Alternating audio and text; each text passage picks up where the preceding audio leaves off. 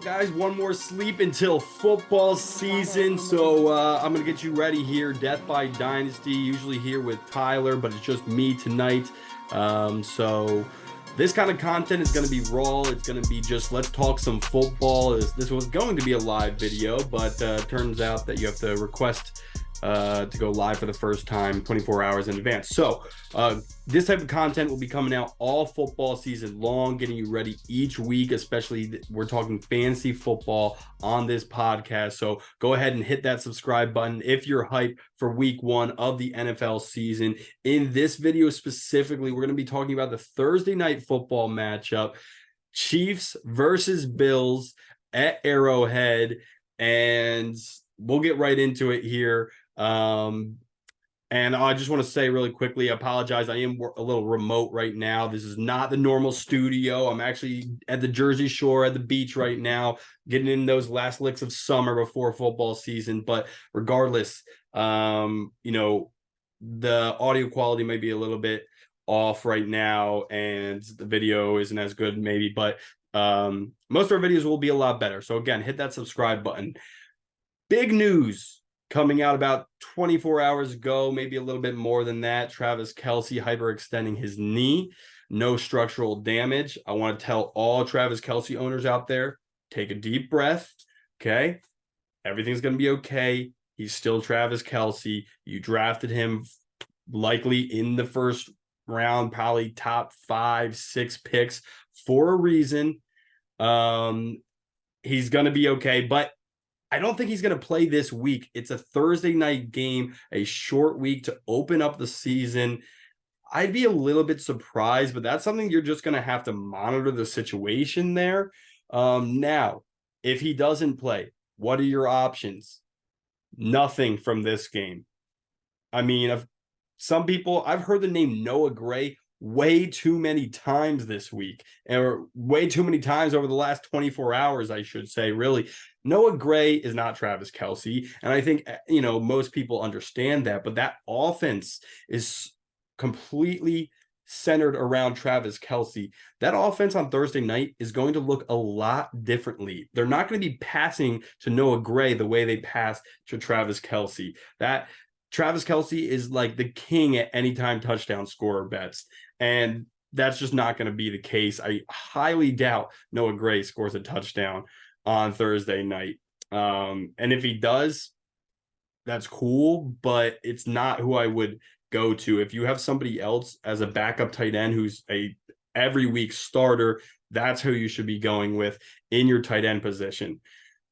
The wide receivers in this game, there is literally one wide receiver in this entire game that I want in my starting lineups this week, and that is none other than the sun child himself, Amon-Ra St. Brown, he should be starting for you every single week, likely a second round pick in redraft, and a guy who's just going to explode this season. Already had 1,000 yards last season, and he's just going to continue to add to that as well.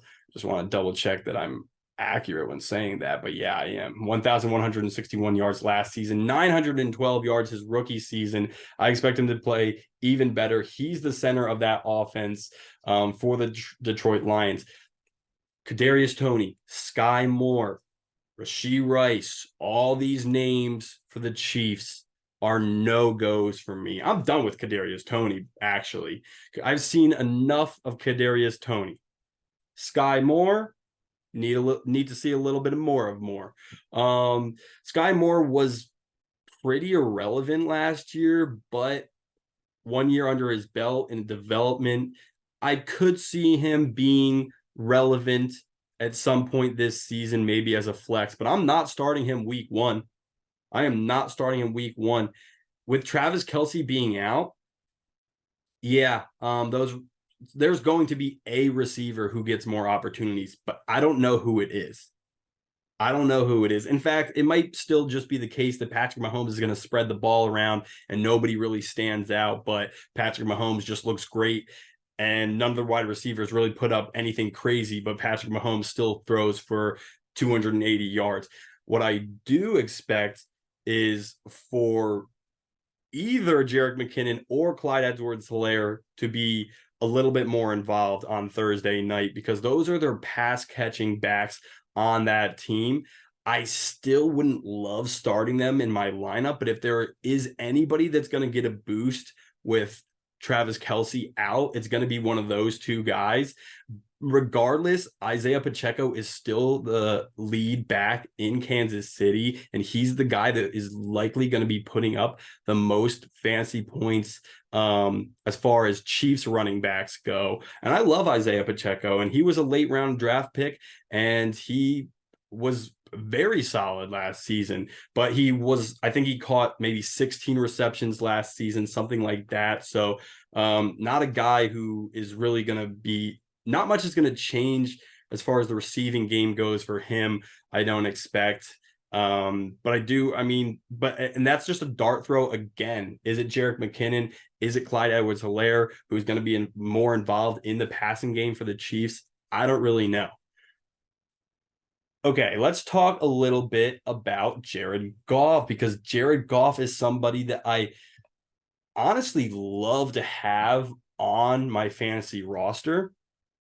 Jared Goff was awesome last season. I love these ESPN ads as I'm looking at this right here. Jared Goff last season, just to throw out some stats. I don't always love regurgitating stats, but 4,438 yards, 29 touchdowns, 7 interceptions. Those are awesome numbers. Awesome numbers. Another year in that system, third year in that system. Amon-Ra is going to take a step forward. So I love Jared Goff. And here's the thing. This is going to be a high-scoring game. I think that the over-under in this game was set at 54.5 points. That might come down maybe a little bit with Kelce being out, but let it be known, this is going to be a high-scoring game. And what does that mean? You take the cheaper of the two quarterbacks that are going to be putting up points. Now, I know you already drafted your team this year, and you probably have your QB1 set in stone, and Jared Goff probably isn't your QB1. So if you're in a two QB league, I love starting Jared Goff as my QB2. If you're in a league where you have a guy like even Daniel Jones, even Geno Smith, some of those guys that were probably drafted a little bit before before Jared Goff in your fantasy drafts, I just love this week 1 matchup where it's going to be a high-scoring game, and a high-scoring game always bodes well for the pass attack. That's essentially what it means. It goes hand in hand. I like Jared Goff a lot in this game. And the other thing is the big situation with Chris Jones, the defensive tackle for the Kansas City Chiefs, who is holding out. Don't see anything changing right now. I'm recording this at 10:20, so less than 24 hours from now. Is he going to get a contract? I highly, highly doubt it. In fact, I kind of wouldn't be surprised if this, bleeds into October with him sitting out, that the Chiefs actually just end up trading him. I mean, Chris Jones is a huge part of that defense for the Kansas City Chiefs. So I will get into the impact of that game, but just to finish that statement really quickly, we've seen them do it with Tyreek Hill. And nobody expected that offense to be good last year. Nobody expected them to go to the Super Bowl last year. And yet, they beat the Eagles in the Super Bowl, unfortunately. But yeah, I wouldn't be surprised if Andy Reid pulled that move and just get, 2 first-round picks, something along those lines. I mean, he had 15.5 sacks last year, I think. The dude is an absolute difference maker. So you can get a haul for him. But with him being out of this game, again, it also means that the Lions are going to have pretty fair advantage there. Jared Goff may have some extra time to throw. There's nobody else on that defensive line of the Chiefs that can pressure the quarterback the way that Chris Jones does. So it's absolutely a tip in towards the advantage of the Detroit Lions. And again, just love the high scoring game. But just to kind of give an overall last recap here, I mean, this is going to be an awesome first matchup. We're all super excited for Thursday night football. It's going to be a high-scoring game. That means both quarterbacks are going to have great games. I think Patrick Mahomes is just going to spread that ball around to his running backs, to all of his receivers. Even with Travis Kelce likely out, just monitor that situation. You're going to have to monitor that situation. Do not put Noah Gray in for Travis Kelce. And guys, Skyy Moore, I need to see more of. Kadarius Toney is always injured and just has not proven himself in the NFL. I'm sorry, like every single year we talk about like how good this Chiefs offense is. Like the entire NFL just tries to mirror them. They are what everybody looks to just model their offense off of. But guess what? Tyreek Hill was Tyreek Hill, of course. But now we've seen it. Juju Smith-Schuster, who was not obviously Tyreek Hill, he wasn't fantasy relevant last year. Neither were any of these other receivers on this team. It's Travis Kelce and nobody else. I hate the debate. I see it on Twitter all the time. Is Skyy Moore their wide receiver one? Is Kadarius Toney their wide receiver one? I think Rachee Rice is going to step up, the rookie this year, and become the wide receiver one. No. Travis Kelce is the wide receiver one. We know this already. So stay away from everybody else. It's that simple.